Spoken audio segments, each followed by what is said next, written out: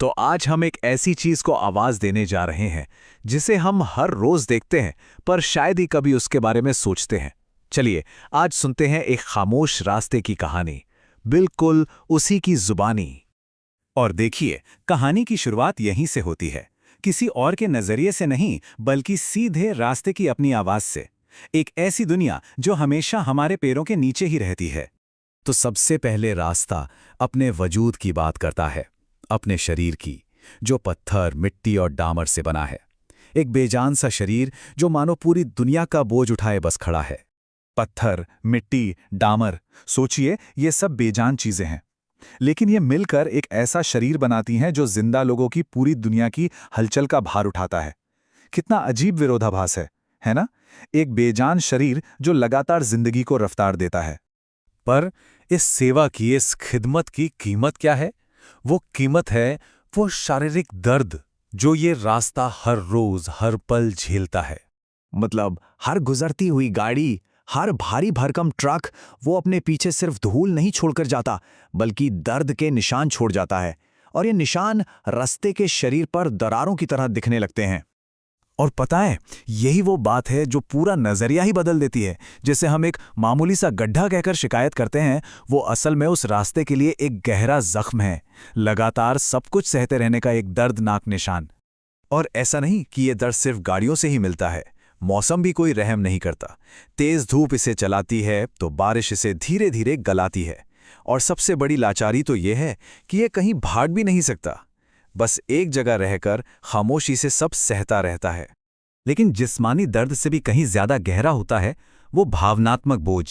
ये रास्ता सिर्फ पत्थर और डामर का एक ढांचा भर नहीं है, बल्कि ना जाने कितनी ही यादों और कहानियों का एक खामोश गवाह भी है। इसमें सबसे पहली याद उन लोगों की है जिन्होंने इसे बनाया था, उन मजदूरों की मेहनत, उनका पसीना जो अब इसकी धूल में मिलकर इसका हिस्सा बन चुका है। ये याद दिलाता है कि हर रास्ते की बुनियाद में किसी की मेहनत छिपी होती है। ये रास्ता उन वादों का भी गवाह रहा है जो शायद कभी पूरे ही नहीं हुए, उन प्रेमियों का जो इस पर साथ तो चले पर जिनकी मंजिलें शायद अलग हो गईं और वो फिर कभी लौटकर नहीं आए। और फिर है इंतजार।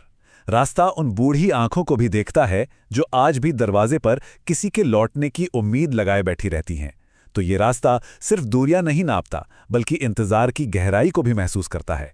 तो होता यह है कि लोग तो इस पर से गुजर जाते हैं, लेकिन अपनी कहानियों की, अपने दुखों की, अपनी उम्मीदों की एक गूंज हमेशा के लिए यहीं छोड़ जाते हैं। और ये रास्ता उन सभी एहसासों को अपने अंदर कहीं सहेज लेता है।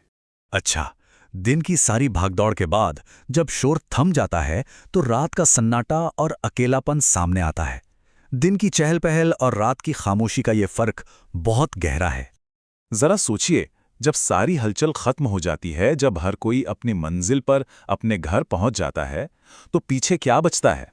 सिर्फ एक शब्द, सन्नाटा। दिन के शोर का एकदम उल्टा, एक ऐसा अकेलापन जो सिर्फ रात की खामोशी में ही महसूस होता है। तो ये रिश्ता कैसा हुआ? एक तरह का लेन देन का रिश्ता है ना? जब जरूरत होती है तो इसे याद किया जाता है और जैसे ही मंजिल मिली इसे भुला दिया जाता है। और स्ट्रीट लाइट की वो जो धीमी सी रोशनी होती है ना, उसमें इसका अकेलापन और भी गहरा लगने लगता है। और इसी अकेलेपन में रास्ता अपने होने का मतलब ढूंढता है, एक ऐसा मकसद जो खुद विरोधाभासों से भरा हुआ है। वो सबको उनकी मंजिल तक पहुंचाता है, हर आने जाने वाले को उसका घर दिखाता है। पर उसकी अपनी मंजिल क्या है? उसका अपना घर कहाँ है?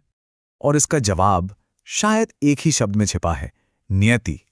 मतलब वो भाग्य जिसे बदला नहीं जा सकता, जो पहले से ही तय है। और यही तो है इस पूरी कहानी का सबसे बड़ा पैराडॉक्स। रास्ते की नियति है दूसरों को एक दूसरे से जोड़ना, लेकिन इस पूरी कोशिश में वो खुद हमेशा कटा हुआ, बिखरा हुआ रह जाता है। तो अब सवाल ये उठता है कि अगली बार जब कोई किसी रास्ते पर चलेगा तो उसे क्या सुनाई देगा? शायद सिर्फ गाड़ियों का शोर नहीं, बल्कि उन अनगिनत, अनकही कहानियों की गूंज भी।